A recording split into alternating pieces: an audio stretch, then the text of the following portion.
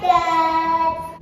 I-interviewin po natin si Sabrina ngayon. Start na ba kayo, Dabarkats?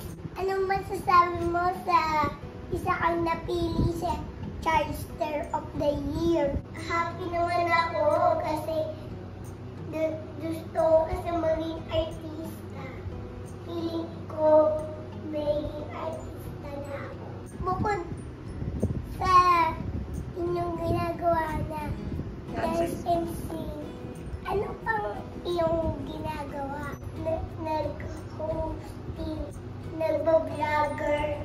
Hilig ko ako mag-painting and coloring.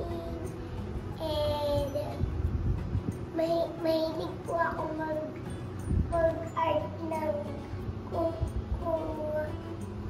ano sa mga bahay. Ano gusto mo ma-experience and ano gusto mong puntahan na lugar? Gusto ko po mapuntahan ay sa Narilan. Pag nagustuhan ko pumunta doon, paglaki ko po, gusto ko pong i-review yung mommy and daddy ko. Thank you, Dabarkats!